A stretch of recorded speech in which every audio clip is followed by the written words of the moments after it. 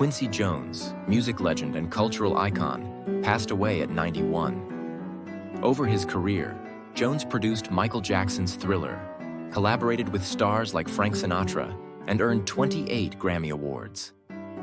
He shaped music history not only in sound but in style, coining a look and presence that left an indelible mark. Born in Chicago, Jones overcame a tough upbringing to become a pioneering Black executive and artist, eventually founding Quincy Jones Entertainment, which produced shows like The Fresh Prince of Bel-Air.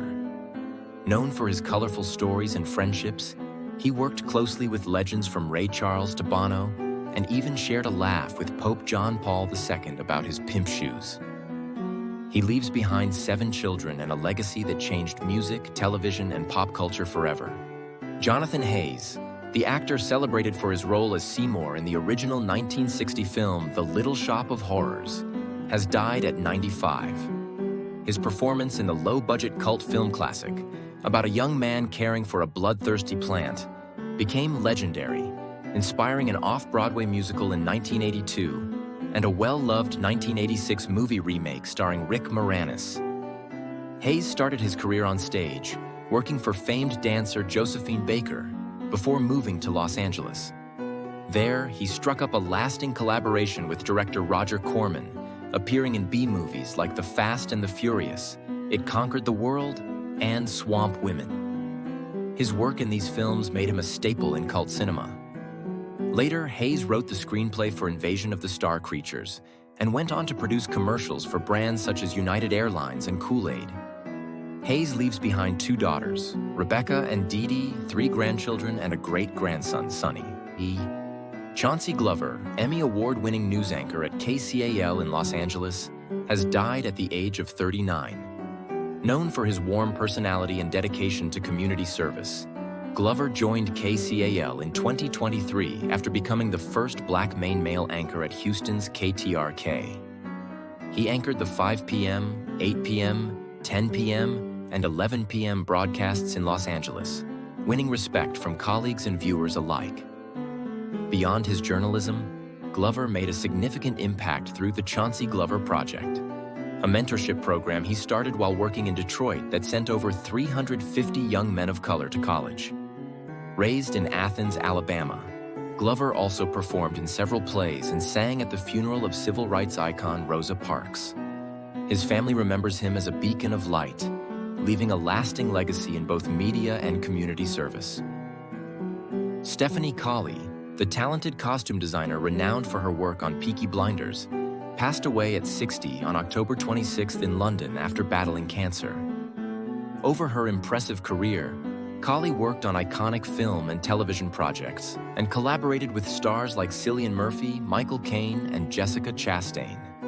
Starting in the BBC's Sewing Room, she rose to prominence with Lock, Stock, and Two Smoking Barrels, where her designs helped shape fashion trends. Her award-winning work on Peaky Blinders cemented her as a top costume designer, known for the show's now-famous look. Cillian Murphy praised her as a ferocious talent who created an enduring legacy in fashion and film. Rudy May, former MLB pitcher, passed away at 80 due to complications from diabetes. May, known for his devastating curveball, played for the California Angels, New York Yankees, Baltimore Orioles, and Montreal Expos from the 1960s to the 80s. He debuted in 1965, and in 1980, he led the AL with a 2.46 ERA. May was part of the Yankees' 1981 World Series team, but retired in 1984 after injuries. After baseball, he worked in retail management and as a consultant for British Petroleum. May credited his move to the Yankees as a career-enhancing turning point. Greg Hildebrandt, the legendary fantasy and science fiction artist, passed away on October 31st, 2024, at the age of 85. Known for his iconic works with his late twin brother, Tim, Greg's art graced the worlds of Star Wars, Middle-earth, and Magic: The Gathering. The brothers became famous in the 1970s for their Tolkien calendar illustrations and the famous Star Wars poster featuring Luke Skywalker. After working together for over 2 decades, Greg continued creating solo after Tim's death in 2006. winning numerous awards, including the Chesley Award for Lifetime Artistic Achievement in 2010. His legacy remains a cornerstone of fantasy art. Dub Jones, a legendary NFL halfback, passed away on November 2, 2024, at the age of 99. Known for his record-breaking 6 touchdowns in a single game in 1951, Jones left a significant mark on football history. A 2-time Pro Bowler and 3-time NFL champion with the Cleveland Browns, he retired with over 2,200 rushing yards, 2,800 receiving yards, and 41 touchdowns. Jones also contributed as an assistant coach for the Browns, helping secure their 1964 NFL championship. He was inducted into the Louisiana Sports Hall of Fame in 1982. His legacy lives on through his remarkable career and family, including his son, Bert, who became an NFL MVP.